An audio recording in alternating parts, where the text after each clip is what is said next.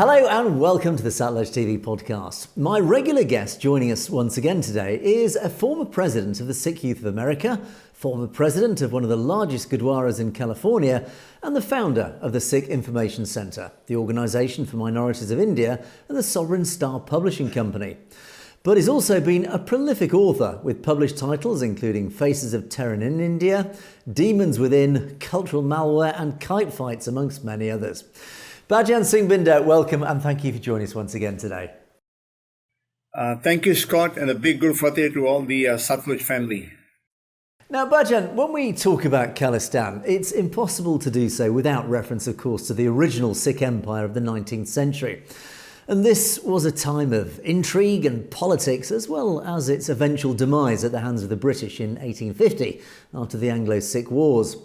Now, a typical British tactic at that time to weaken Sikh resistance was to deport leading figures amongst the Sikh leadership far overseas to prevent them from fomenting revolt at home in the Punjab.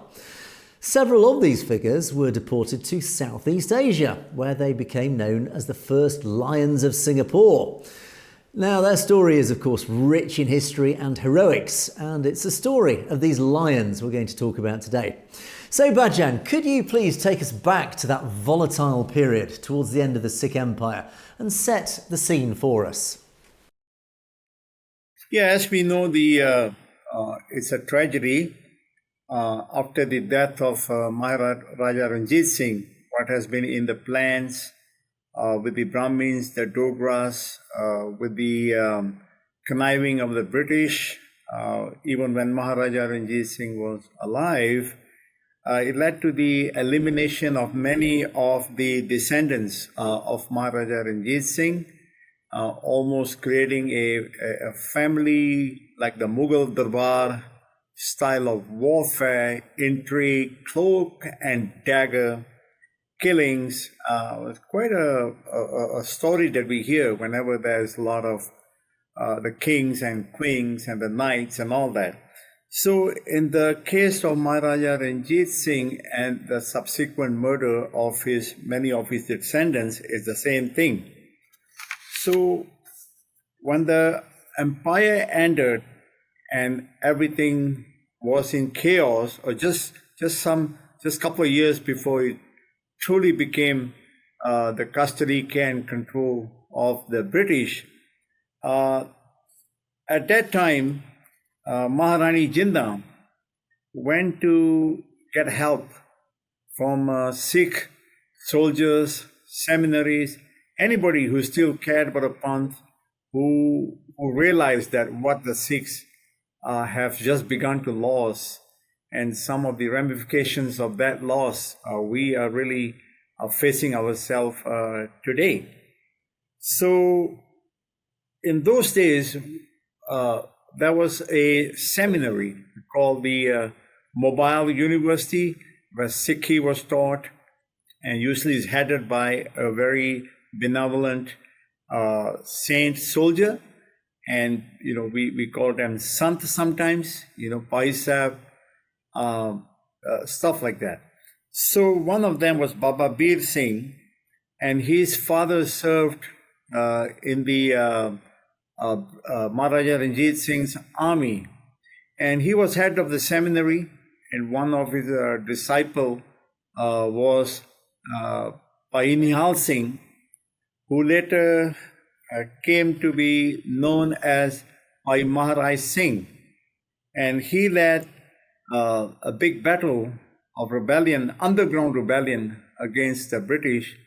And at one point, they almost succeeded in having Maharani Jinnah, the last hope of the Sikhs, the wife of Maharaja Ranjit Singh, led to freedom, so she could create the Khalsa army and try to salvage what they could. And this reached the ears of the British, and as a result, they put a warrant of arrest on Bhai Nihal Singh, who actually very fondly is known as Bhai Maharaj Singh, because every time he served in the langar, Nihal Singh used to ask Prashada Maharaji, Prashada Maharaji. He called every Sangat member Maharaj, and he was so humble that people called him Maharaj Singh henceforth. That's what the history has been told. And here is the warrant for his arrest and the subsequent sending of imprisonment to Singapore.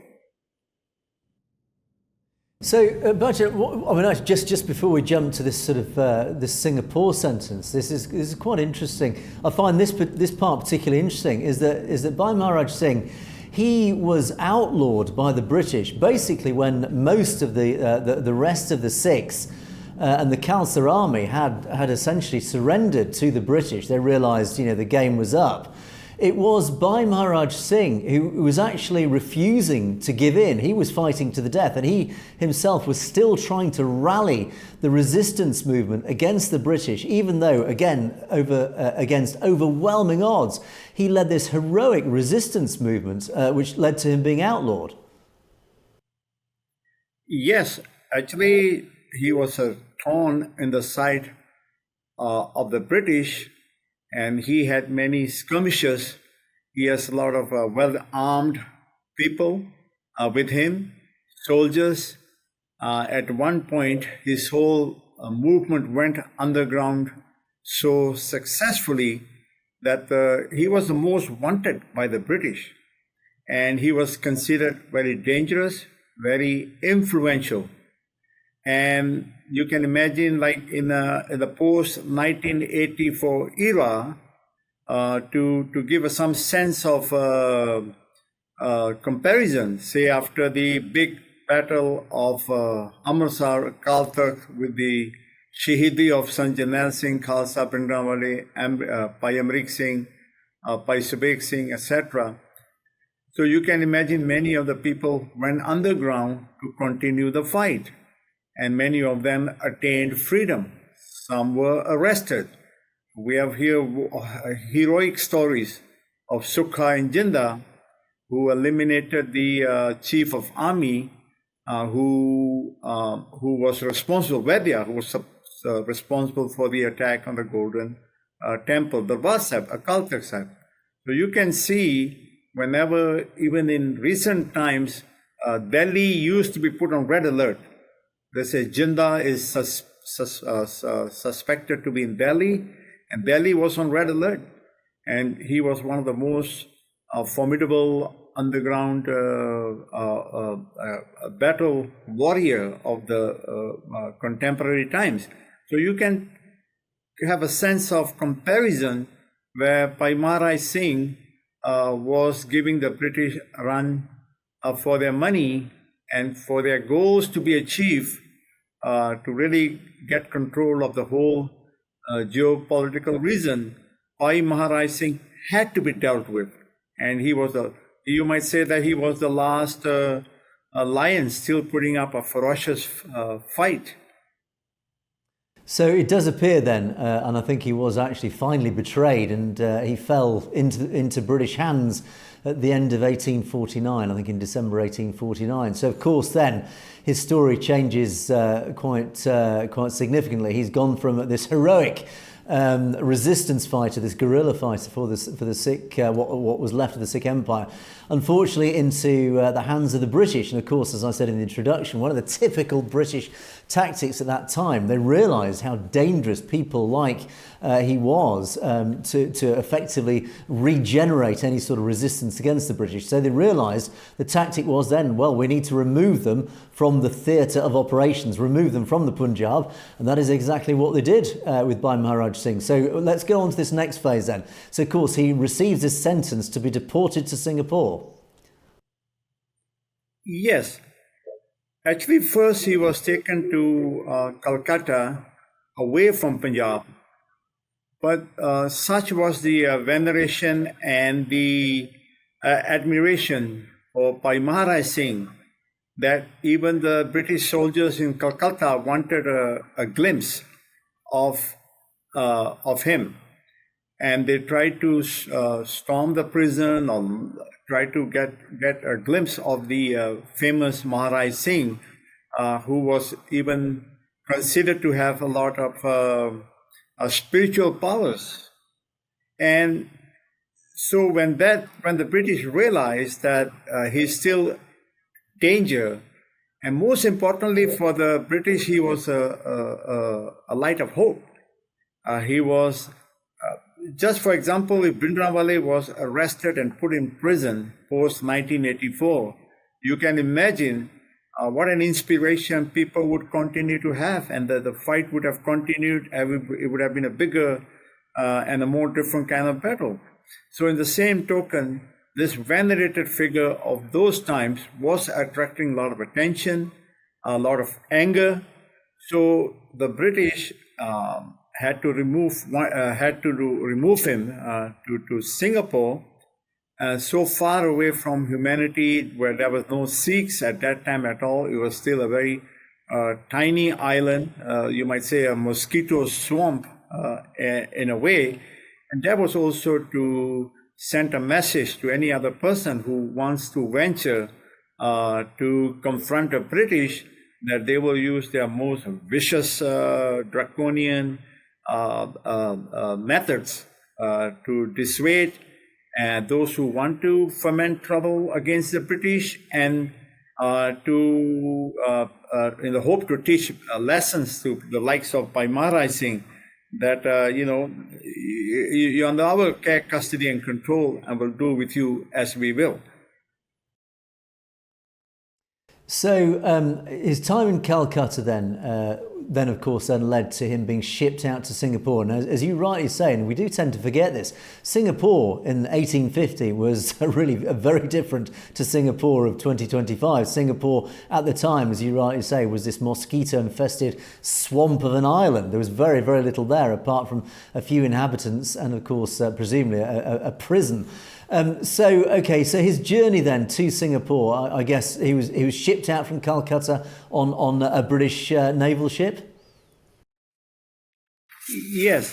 So going back to my personal attachment to Bhai Maharaj Singh, when I was growing up in Singapore, Bhai Maharaj Singh was an important part of the Sikh of Singapore. We used to visit his Gurdwara, which is called the Silat Road Sikh Temple, and which is still there, one of the most vibrant Sikh temple there. So Singapore earlier was known as Temasek. It was a small fishing village, maybe like 20 miles by 30 miles approximately. Later got a few more miles added to it due to reclamation land. But when I was growing up there on the island, it was a very small island. And earlier on, when my grandfather came there and my father was there as a child, it was a very different story. Hearing from them and getting very few pictures they had, that it was a very poor nation. It was called Temasek, and later the name Singapore, Singa means in Sanskrit and many other, in the Chinese language, it means lion. So it is the city of lion. That's what is most commonly called. So that's why when these prisoners, who were the lions of Punjab, lions of the Sikh nation, lions of the last struggle against the British, you might say the lions of the whole Indian subcontinent, when they were deported to Singapore, they came on 15th May 1850 on a ship named Muhammad Shah. So there were 2 Sikh prisoners, and they had 6 privates and 1 corporal under the Queen's 70th Regiment, and a sergeant, and they all came on the ship and on the orders of the Governor General of India, and their hands and feet were put in chain. The chains were only removed when the ship reached high seas. So a person of very great interest who came with Bhai Maharaj Singh was his protege, his admirer, Baba Kharag Singh, who played a very valiant role throughout his associations with Bhai Maharaj Singh. And they were brought to Singapore on May 1850, and Bhai Maharaj Singh breathed his last on 5th July 1856. So that is the story of them coming to Singapore, and the conditions under which they live it is one of the most brutal in history of the British globally, I would say. Do you think, because this of course sits very differently in contrast to, say, the last, what they call the last Maharaja of the empire, Duleep Singh, who instead, he was brought to, again, the same tactic. He was removed from the Punjab for the very same reason, that he potentially posed a threat to engender an uprising again of Sikhs against the British Empire. But he instead, in contrast, he wasn't shipped to Singapore, into a prison in Singapore. He was feted by Queen Victoria. He was brought to here in the UK. He was given riches, he was given a stipend, he was given money every year, and he was actually given a large estate in the countryside. And essentially he was in all but name a prisoner, but let's just say a very comfortable prisoner.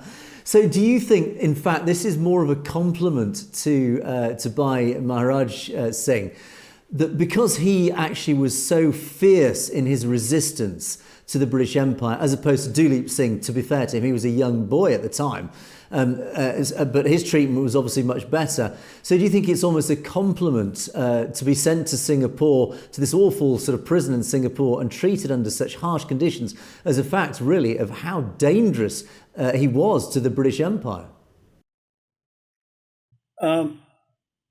On the issue of Maharaja Duleep Singh, he led a very torturous life himself. Maybe not physically, but the way he was captured, you might say a Stockholm syndrome was in his mind when he was growing up, and away from his mother, away from his family, and it was just like a prisoner, also of a different kind. Later, he was brainwashed, and he was distributing Bibles up the River Nile. But when some realization came upon him, and his health was destroyed at a very early age. There is another story. He had a very, very unhealthy life. Maybe bad food was encouraged, bad lifestyle was encouraged. So that's a whole different thing we can visit. But definitely, he was a prisoner himself. And at the point when he realized that he was prisoner and he wanted to do something, they started treating him very differently, and they controlled his money and controlled his movement, and they put intelligence officers to follow every move, wherever he was in England, Europe, and elsewhere. But he too, just like Maharaj Singh, called upon the people to rise at some point of his life. But going back to Baba Kharag Singh and Bhai Maharaj Singh, so they were taken to the Outram Road jail, and which housed all the political prisoners of those days, Chinese and everyone else in that jail, especially built on the island to imprison many prisoners there. But the difference in the jail itself, they created a special jail just for Bhai Maharaj Singh. Even Baba Kharag Singh was given a better facility. In Maharaj Singh's case, he was put on a 15 feet by 40 feet cell I believe on the second or third floor of the Outram Road jail, which was situated right across the Silat Road Sikh Gurdwara today. Was right across the street, and the jail is slightly up the hill. Now, in that jail, 15 feet by 40 feet, it was sealed in complete darkness. No light could come through. And you can imagine being in that tiny cell from 1850 to 1856, that many years. And Bhai Maharaj Singh's health deteriorated. He didn't see sunlight. There he became blind, and his feet were swollen. And ultimately, he developed cancer of his tongue. And can you imagine all that horrible things that were going on? And things were so bad that the prisons, they needed permission, and they wrote to Delhi many times that we should allow him some time out of jail, and he is no danger. Let's remember when Bhai Maharaj Singh came in 1850, he was 80 years old. He was not a young man. Still, at that age, he was underground and fighting. And in our history, we have seen Baba Deep Singh. We have seen many other great examples of people where age does not matter, the spirit that matters. So in Bhai Maharaj Singh's case, with this very seriously deteriorating conditions, he was brutally tortured. That is torture, and ultimately, towards the end of his life, when his cell began to sting so much that his captors could not enter the cell because it was such horrible conditions. And I believe they secretly took him out on a buggy, and the ocean was not too far away from there, and they did give him an occasional breath of fresh air, maybe almost towards the end. And I remember growing up in Singapore. Now, going a step further, I believe the people of Singapore, even today, when you go to the Silat Road Sikh temple, you'll be surprised there are Chinese people actually washing the dishes. There are Indians, Tamils, and there are Malays who come there. I was surprised to see when I was there just not too long ago. I had a prayer done there for the upliftment of my family and the Chardi Kala of the Qom. And a truckload, a small lorry of bananas came by. And I was wondering, what's this bananas? So many bananas here. And one of the person told me that a Chinese guy has his prayers answered, and he donated this small, like a pickup size lorry they call, and he donated the bananas. So the veneration of Bhai Maharaj Singh, his heroic coming from India, I believe the whispering campaign on the island of Singapore was there. Now, going back to the times when he was allowed in a very rare occasional breath of fresh air, and all this information is coming out from the British secret archives, and I've shown you his arrest warrant and all that. It's very interesting. Now, I believe that occasionally, because the orders were that no Sikh should see the darshan, they should not see Bhai Maharaj Singh. The British believed that he had such powers that whoever sees him, he immediately becomes a warrior, a fighter, a liberator, who wants to fight for the sovereignty of the Sikhs. So they had such fear of him, and they want to make sure that in Singapore, any Sikh who came after him, which many came, And but such was the secrecy. The whole jail was clouded in secrecy, and there was a special cell, and very, very extraordinary arrangements were made to keep him isolated. But in spite of that, I believe that with the one time that somebody got a glimpse of him, they thought, I'm just thinking now because this is the stories we've been told, that the Bhai Maharaj Singh had such powers that he could leave the jail and be seen walking near the ocean. So my thinking after reading the British secret the diaries that were out now, that they occasionally did took him out and someone might have seen him.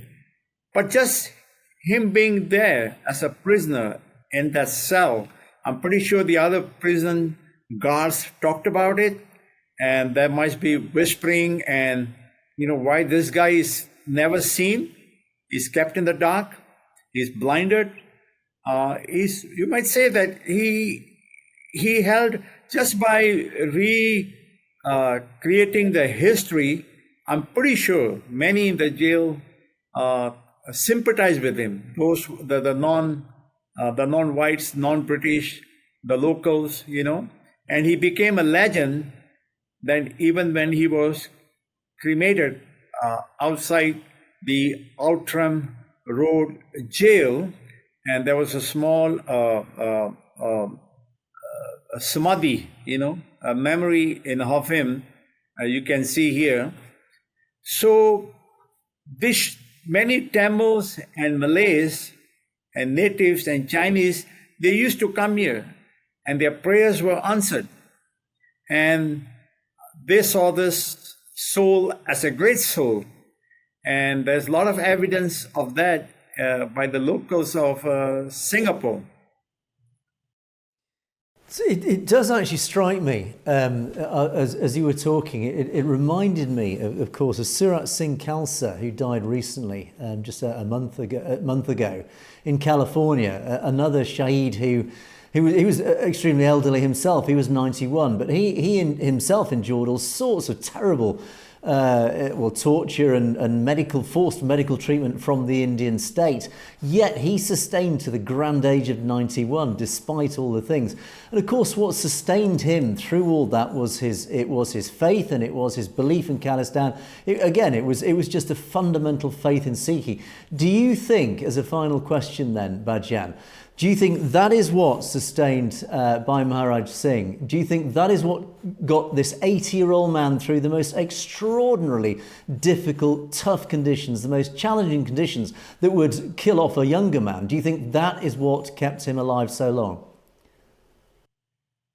The headlines of the Strait Times on the 6th of July, 1856, screamed death of a Sikh Guru, Gooroo. That's how they spelled it. And I have these archives. And it's very interesting that the British saw him as a Sikh Guru. Even in his death, they had to acknowledge and mention his influence. Now, if you want to learn the influence of Bhai Maharaj Singh, we go by what happened to Baba Kharag Singh, his attendant, I would say a volunteer, a fellow warrior who came all the way to volunteer to be with him. I'll go where my leader goes. You don't find that a lot today, So Baba Kharag Singh was released to be with other Sikh soldiers and other Indian soldiers, and he was also released after the death of the Sikh Guru Bhai Maharaj Singh in 1856.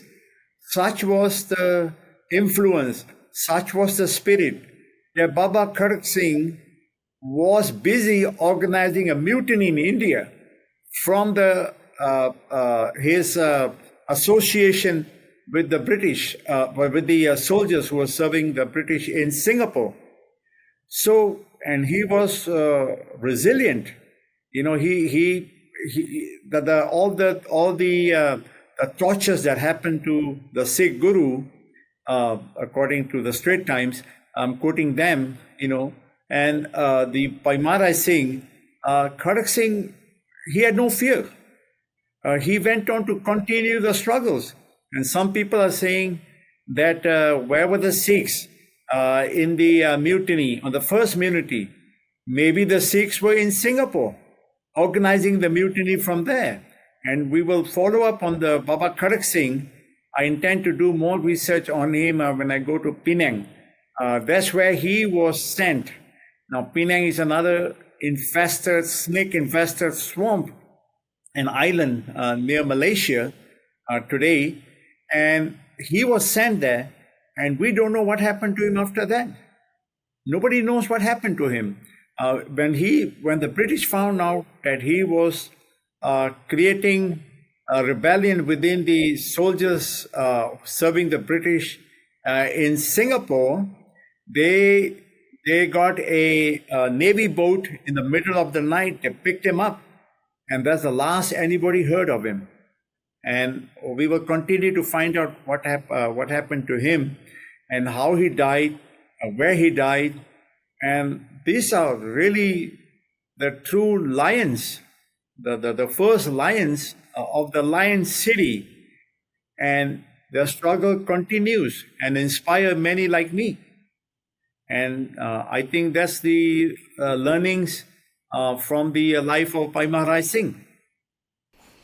It's a fascinating and indeed extraordinary story. So we do look forward to hearing the results of your research, and we'll definitely get you back to talk about that, Bhajan. But unfortunately, there we must leave it for today. But we will, of course, be continuing the discussion with Bhajan Singh Bhinder again soon. Bhajan, it's been an absolute pleasure as always. Thanks so much for joining us once again. Thank you, Scott. And thank you for watching the Satluj TV podcast. We will see you next time.